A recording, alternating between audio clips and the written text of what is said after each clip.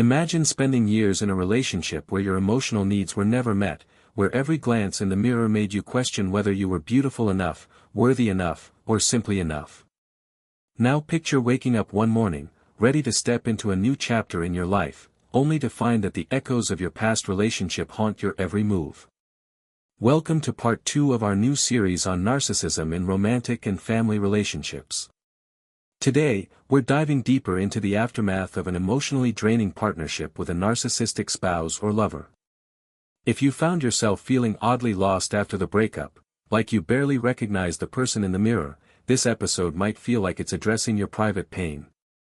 By the end of this video, you'll gain clarity on how narcissistic partners subtly reshape your self-image, how these wounds can go undetected for months or even years, and how you can rebuild your life with renewed strength and authenticity. Let's step into this journey of self-reclamation together. Now, let's talk about heartbreak and healing, two words rarely used together yet deeply interconnected. Narcissistic relationships don't always end with a bang. Sometimes, they dissolve in a slow, torturous drip of self-doubt. Or perhaps it was abrupt, accompanied by a swirl of sensational drama. Either way, the severing of these ties can leave a crater in your identity. It's time to address the invisible scars, the hidden bruises that might be crippling your path forward. If you want to learn how to heal from the psychological aftermath, keep watching. And if at any point during this video you feel triggered or reminded of your own heartbreak, consider commenting, "I'm stronger every day," to anchor that sense of self-worth. I want you to meet Rachel, an accomplished nurse and mother of 2 teenagers. She spent 14 years married to a partner named Daryl, who wore a convincing mask of devotion during their first few months of dating. Gradually, Daryl's love bombing gave way to dismissive comments about Rachel's hair, her cooking, her inability to handle finances. She tried harder, worked longer hours, put her own needs aside, hoping that he'd see her effort. But Daryl never did. He'd say, "You're so ungrateful for everything I do." Each time Rachel voiced her emotional needs, Daryl either rolled his eyes or exploded in anger. Over the years, she felt her confidence erode. Then came the final straw. Daryl accused her of sabotaging his career behind his back, basically rewriting reality in front of her. She quietly packed her bags and left. But guess what? After the divorce, Rachel felt more lost than free. She'd stand in the grocery aisle unable to pick which brand of cereal to buy, or stare at her reflection, remembering every name Daryl once called her. She missed the illusions of companionship, even though it was toxic. She doubted her own recollection of events, sometimes wondering, could I have been the villain all along? The heartbreak was real. She faced the silent question, why do I still feel so hollow, even though the relationship ended? Over time, Rachel discovered that heartbreak after narcissistic abuse is not a normal heartbreak. It's heartbreak plus confusion plus identity erosion. If you're watching and you resonate with Rachel's story, you're not alone. I encourage you to leave a simple comment below, "I see a piece of me in Rachel." This is how we build solidarity in our community. Recovering from a typical breakup often involves standard grief, sadness, regrets, maybe some bitterness. But heartbreak from narcissistic abuse is a distinctly heavier beast. First, let's talk about emotional whiplash. Narcissists often operate in extremes, intense affection or harsh criticism. After you leave, your nervous system might still be locked in that fight-or-flight response because your body doesn't know how to chill after living in chaos. Second, there's gaslit memory. You might question your own recollection of who did what, because your ex hammered home that you were always the problem. In healthy relationships, both sides own their mistakes. Not so in a narcissistic dynamic. Third, there's identity confusion. Narcissists chip away at your sense of self, leaving you unsure about everything from your taste in music to your broader life goals. If you find yourself second-guessing the simplest of decisions, like which brand of toothpaste to pick, this might be the leftover effect of that psychological manipulation. Now, why does heartbreak from a narcissist sting so badly? Because part of you was groomed to think that your partner was uniquely bonded to you, that you shared a special love that others wouldn't understand. That illusion can be so powerful that the break can feel like the loss of your entire sense of belonging. Meanwhile, narcissistic ex-partners can do an about-face, quickly flaunting new relationships or bragging about how liberated they are. This intensifies your heartbreak, making you wonder if your entire time together was a lie. Let me give you a real-world example. We saw a prominent athlete who soared in his career, got married, then systematically belittled his spouse in private while praising her in public. When she finally left, he posted pictures online acting like his life was more fabulous than ever. She sank into depression, feeling worthless. But is she worthless, or is she simply bearing the brunt of a narcissist's manipulative rebound? Reflect on that question in your own life if you've been through something similar. Betrayal is huge in heartbreak, especially heartbreak with a narcissistic partner. Betrayal can take many forms: discovering your partner had an ongoing affair, learning they lied about finances, or even overhearing them mocking you to their friends.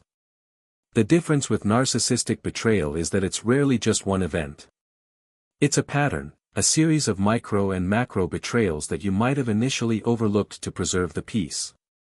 After you walk away or they walk away, a wave of humiliating realizations can swamp you. You might recall all the times they complimented someone else's achievements, ignoring yours, or the times you confided in them about your anxieties only to have them weaponize that info in a public meltdown. That's deep betrayal. How do you heal from that? Step 1 is acknowledging that betrayal happened. Denial only prolongs your heartbreak. Step 2, resist the urge to seek closure from the narcissist. Attempting to get them to see your pain or to get them to apologize usually leads to more hurt. They'll say something like, "If you were a better partner, I wouldn't have cheated. So that's on you." Then you spiral deeper. Step 3, confide in safe people, a therapist, a family member, or that unwavering friend who's always offered perspective. By hearing someone say, "Yes, that was messed up, and you didn't deserve it," you get a corrective emotional experience, an anchor for your reality. If you've experienced multiple forms of betrayal from your ex, it can be helpful to list them. Yes, physically write them down. Some call it a betrayal inventory. You might have 5 items or 55 items, doesn't matter. The act of listing them can be both cathartic and clarifying. It helps you see that the heartbreak you feel isn't random, it's anchored in real experiences. You'll no longer dismiss your heartbreak as you overreacting. This heartbreak is a rational reaction to repeated deception. One of the biggest concerns I hear from survivors is, will I ever trust again? The heartbreak can be so severe that you believe every romantic prospect is out to get you.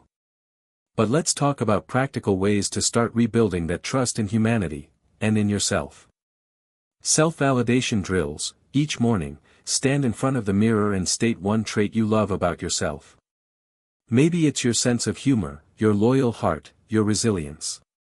This might feel silly at first, but the goal is to rewire your brain to see your inherent value.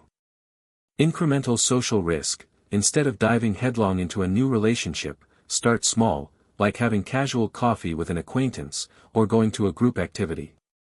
Watch how you respond to minor disagreements or mild tension.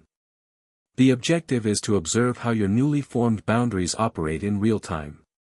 Boundaries overhaul. If heartbreak taught you anything, it's that boundaries matter. Define them with bullet points if needed. I will not tolerate name-calling or emotional intimidation. Or, if someone refuses to consider my perspective and always blames me, that's a red flag. Keep these references visible, like on your phone or laptop, so you're reminded daily to stand by them. Celebrate mini victories. If you stand up for yourself in a conversation, like politely telling someone they overstepped, take a moment to acknowledge that. Don't brush it aside. Affirmations like, "I stood up for myself today," and "that's progress" help re-cement your sense of self-worth. As you do these steps, heartbreak transforms from a stagnant sea of regret into a current propelling you toward emotional freedom. You'll find that heartbreak is not the final chapter but rather a turning point, a chance to re-establish your identity from a place of conscious empowerment, not shaky illusions. Here's something crucial: the heartbreak after leaving or losing a narcissistic partner often includes a deep identity crisis. Because let's be honest, you probably spent months, maybe years, bending over backwards to be perfect for them. You might have neglected your hobbies, your friends, even your spiritual beliefs if they didn't align with that partner's preferences. When it's all said and done, you might catch yourself asking, who am I now that they're gone? What do I even enjoy anymore? The solution? Lean into that identity crisis. Make it your mission to rediscover or discover for the first time the things that truly energize you.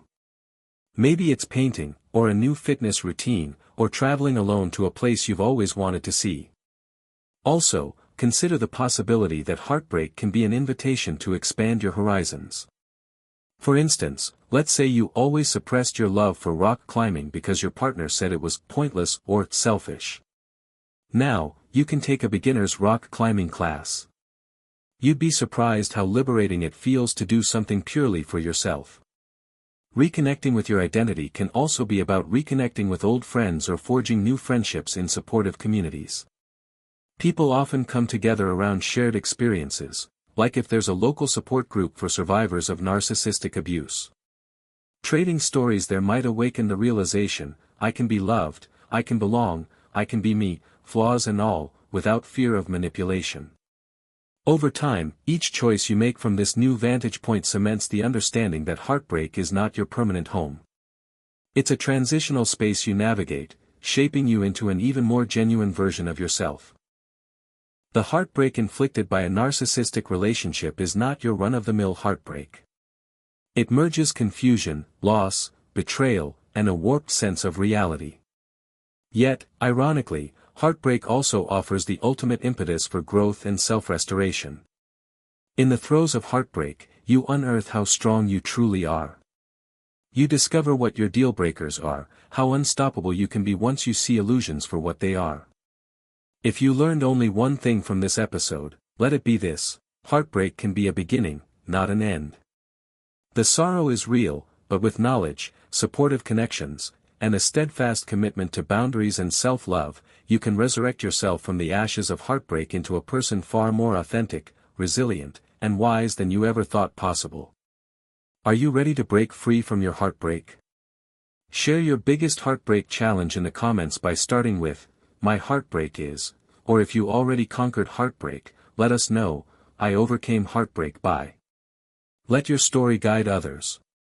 Also, if you found a glimmer of hope in this discussion, hit that like button.